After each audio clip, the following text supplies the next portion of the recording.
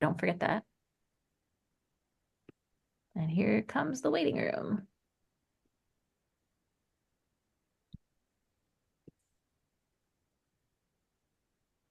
Good afternoon, everyone. Welcome to today's Tech Tuesday. My name is Vanessa, and we have two presenters today. We have Cristina Koorie and Rob Dietz from our ITS Instructional Technologies team. And we're going to be talking about accessibility today. Before we get started, I just wanted to let everyone know I am recording today's session. So if you miss anything and want to review it again, or even share it with colleagues who weren't able to attend today's session, you'll get a follow-up email from me later today with a link to today's recording, as well as the slides and any other helpful links that we discussed today. I also have everybody on mute, and it's just to prevent some background noise since we are expecting quite a few people to log in today. However, if at any point you have questions, please feel free to put them in the chat or even raise your hand if you'd like to come off the mic and ask your question. So without further ado, I'm going to hand it over to Cristina and Rob. Thank you guys for joining us today. Hi, everyone. I am just getting the slides up here so you can begin. And ready. All right.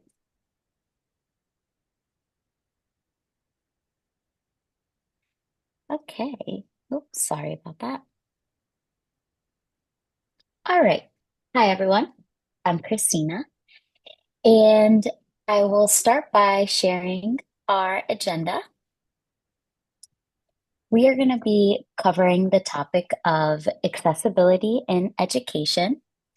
And we're going to be focusing on a few different tools and a few different approaches to creating accessible content for different learner types. Um, my colleague Rob is going to touch upon the digital instructional content and tools and accessibility, which is the DICTA project. It's a Cornell-wide initiative.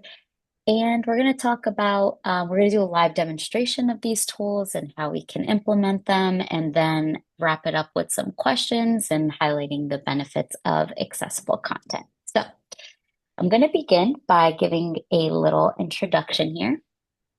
So educational accessibility refers to the practice of designing and delivering educational materials, environments, and experiences in a way that accommodates the diverse needs of all learners.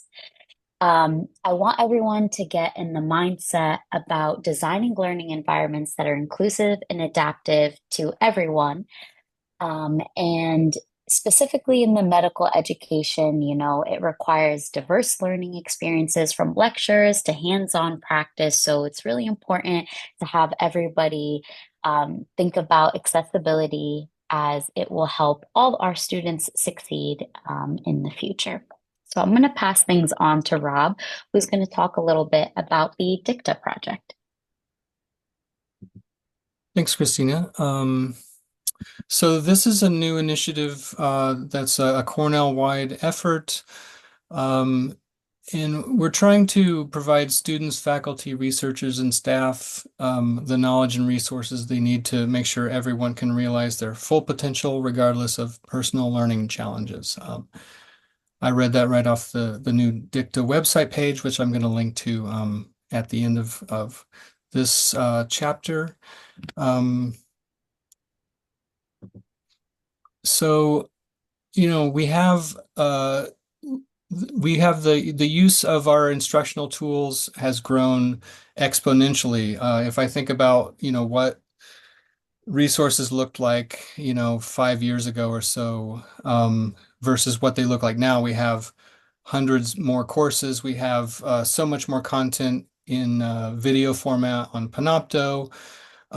Resources have been used and reused, and new ones are always coming in to various courses that faculty and students use.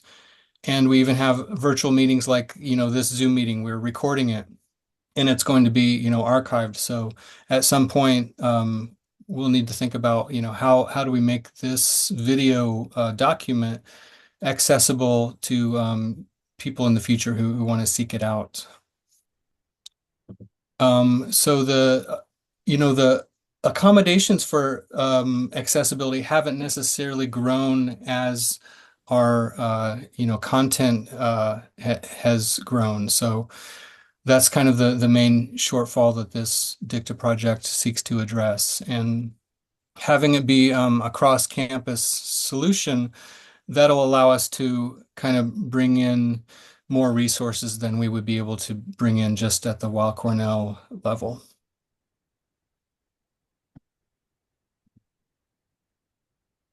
Some of the main issues to address here, the lack of centralized support system means that faculty and staff may not have sufficient training and resources to check and improve course accessibility. Instructional content authoring from various sources. We deal with, especially in the foundational curriculum at Weill Cornell, sometimes there's, over 50 or even 100 different faculty member giving their own lectures on their specialties. How do we take this content that's coming from very different sources and still make it accessible to the most users? And part of the timing for this is there are, some actual legal issues that we need to address. Recent rulings at the federal level have defined clear deadlines for universities to ensure accessibility. Institutions that are not able to support their populations will face legal sanctions. So I'll get to some of the deadlines soon, but these are things that, other universities have had to deal with this because of lawsuits and this and that. And what we're doing is we're addressing, some federal level decisions that have been made for all universities, especially those that have a foot in the public sector, have to follow. And we're working with content creators. Their challenges are to make content accessible, and the Dicta project is going to help them. So, if you feel like you don't know where to turn to make your own content accessible, we're going to have a pathway by going through this project to figure out who's in charge of what as far as the accessibility goes. Goals for the project. We're going to be taking an inventory of the content that exists, both in our learning management system and video platforms. We're going to develop a process for assessing accessibility of, other, things that we use that are not necessarily just Canvas and just the video platform. And we're going to develop training resources to support the needs and design a university-wide program to support the development and maintenance of accessible instructional resources. Here's a site that gives more information about this. This is on the Cornell University website. And just to kind of look to the future, we're trying to have the plan designed by June 2025, and then we actually have the legal need to start enacting the plan by April 2026. And so happy to take any questions about this. This is kind of our first mention of this at Weill Cornell. Cristina, Doug, and I have started working on these project teams for Dicta with some of our colleagues at the other campuses. So happy to field any questions you might have about this.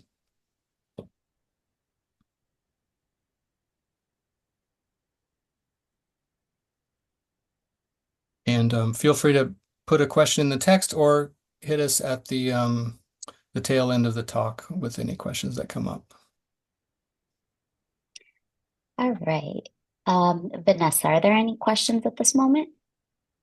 I don't see any yet in the chat, so you can continue. And then if there's any that come up, I'll let you know. Okay, great. We are going to jump into key elements of accessible content. And what I really want to do, my goal with these few slides leading up to the tools that can help us create accessible content is to really help get us in the mindset when creating content, what we have to think about before we even put something into a Word document or to a presentation or before we record ourselves making a video or when creating a lesson plan, whatever it may be.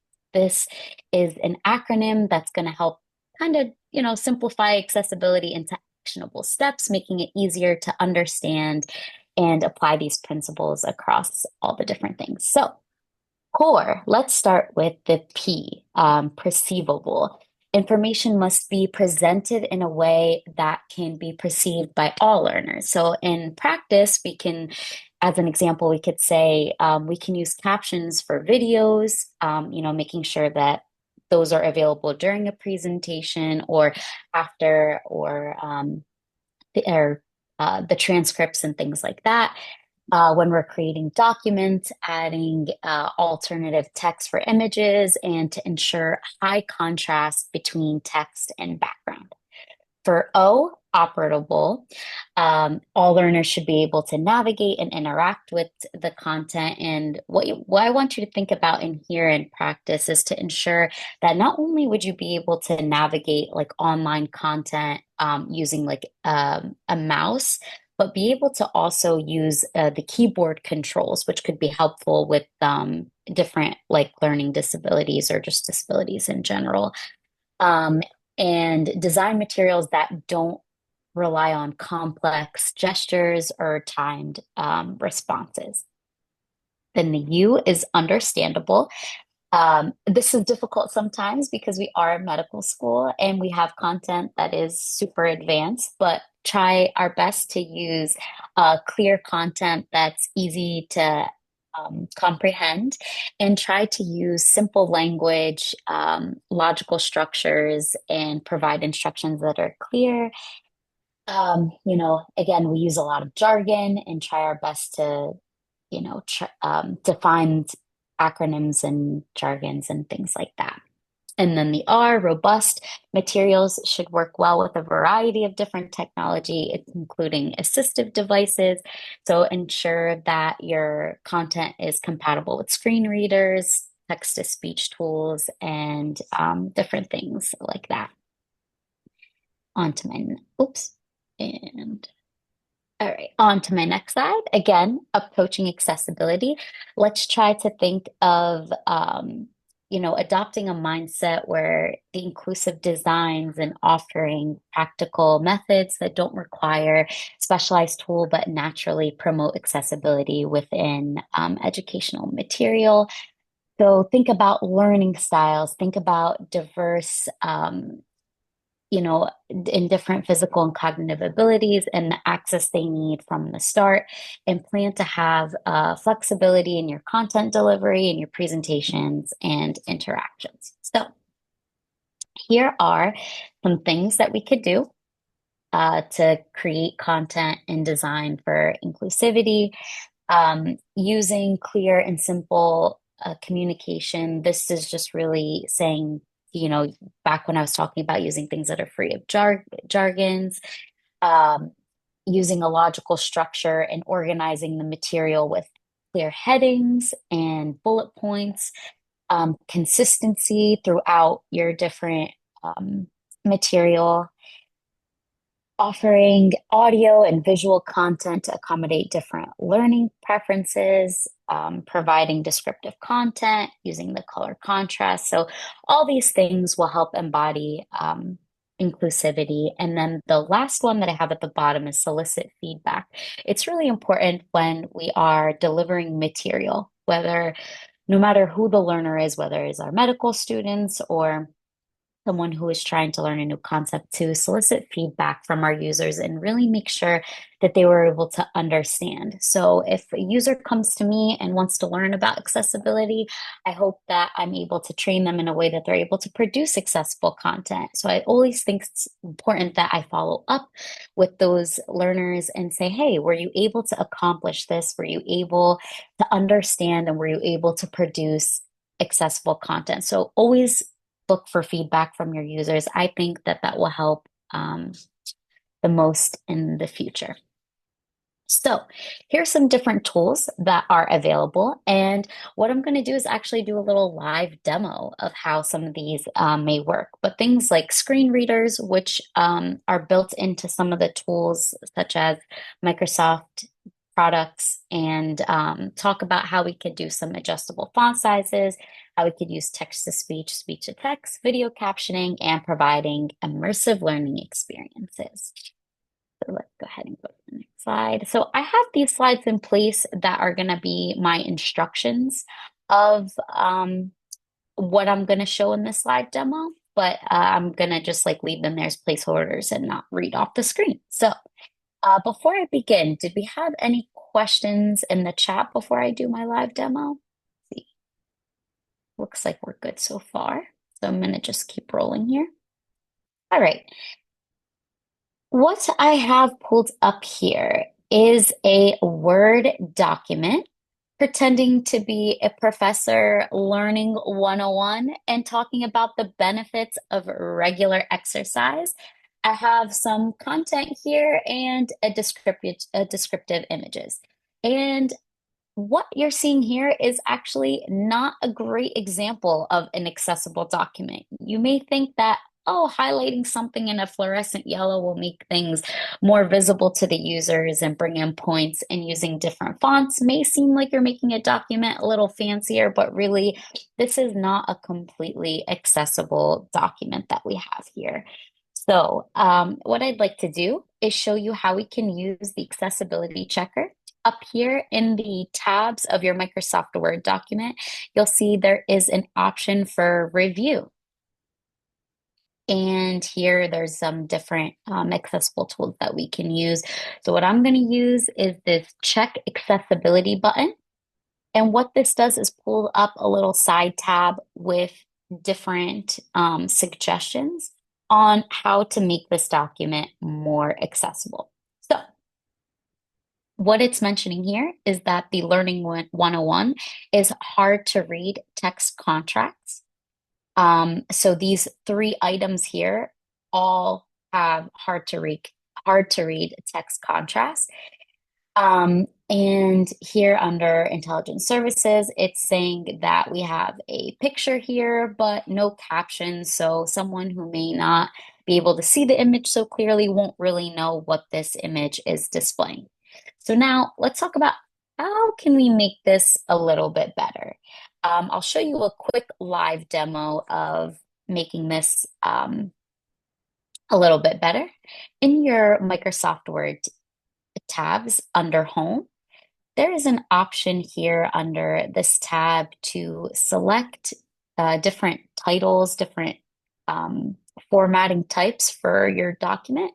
So if Learning 101 is the title, I can select here my title tab, and maybe we remove this content and you have a heading that is now accessible and it has been removed off of the accessibility checker list, as we can see. So what I've done is I've created a second document so we can compare side by side of what something may look like that's a little bit better of a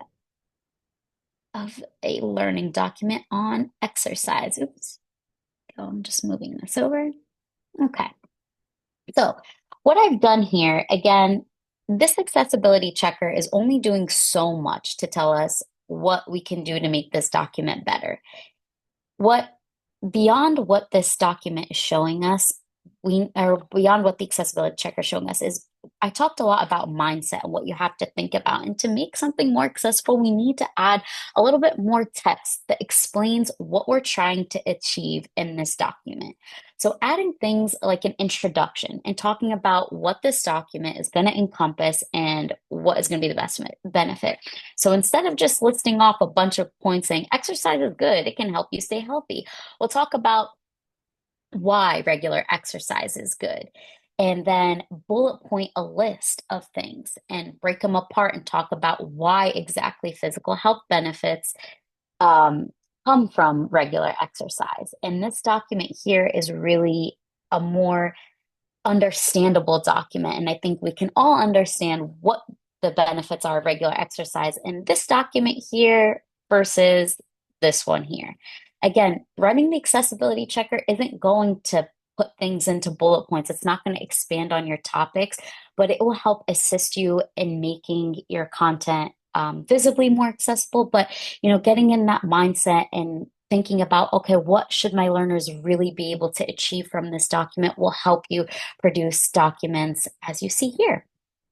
So what I'm going to do is go to the review tab again and go to the accessibility checker, and you're going to see that no accessibility issues are found.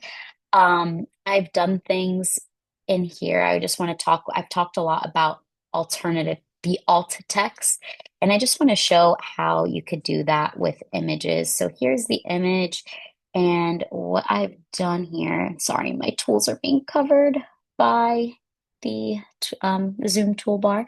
When I double click on this image, there is this option here for alt text. And what I did here was it gives you uh, a little instruction here. How would you like to describe this object in its context to someone who is blind or has low vision? And it kind of gives you some instructions here, give a subject detail, the setting or the actions and interactions and other relevant material. Give a 1 to 2 detailed sentence, which is recommended. So in my image description, I put a person meditating in a serene environment, symbolizing mental well-being. So this is, and you can actually even use AI to kind of generate the text for you. So that's pretty cool. So you can always turn that on in the future. So I think we can all agree that this document, we're learning a lot more from it, and it's much more accessible than this document that we had seen before. So I'm just going to go back to my slides. I also did want to mention that these tools similarly are offered within Adobe Acrobat Pro. I know we all are big users of this, and they work very similarly to Microsoft Word, and I could do a demo of that after if anyone has questions on it. But I did tag a website here on our Cornell site to talk about educational accessibility resources. And it talks about, it's going to give you different resources, such as the one I just went through before, the accessibility checker within Microsoft Word, and, things like that. What I would like to, before I wrap up, is just one more time go through this and just really have you understand that, again, these tools won't do everything for you, but they're going to be super assistive. And I just want everyone to consider using these when maybe doing any kind of documents, learning documents in the future. And I guess now we can allow time for any questions on accessibility, and if anyone has specific question, maybe to content that they're working on right now. Hey, Christina, I actually got a question in my chat. Is the web accessibility policy just for student educational items, or does it apply for digital content used for clinical and research purposes too? What we're mostly focusing on with the DICTA project, at least the Cornell-wide project, is targeting content that students encounter. So that's at least our main concern. So we're calling it instructional content. There's also a lot of material that comes out of student life offices and things like that students are consuming and might need to be made accessible. So that would also fall within the in that category. If you look at the the Dicta site on Cornell University's web page, you'll see they do mention, researchers there. So, we do have to learn more about what that really means for our university-wide push for accessibility. And I did drop that link in the chat if anyone's interested in looking at that site. And, since we're in the initial stages of this project, uh, that's about all I can say right now. Thanks, Rob. Just like Christina mentioned, that website is in the chat, it.cornell.edu/dicta. That'll also be included in the follow-up email. So no worries about also scrambling to write it down. You'll definitely get a link to that, as well as the last link that Rob and Christina shared in their PowerPoint presentation in the follow-up email. Any other questions that we can answer about accessibility? Feel free to also raise your hand in Zoom if you'd like to come off the mic to ask a question as well. And as you're thinking of any questions you may have, I just want to say that, making things accessible will help everyone, not just users who may have a disability. But I know, and myself, I talked about, having captionings and videos for videos and things like that. I am always one to read the transcripts or keep my captions on so that I can follow things a little bit better. And I think that helps all learners. So just a highlight there to stay on topic.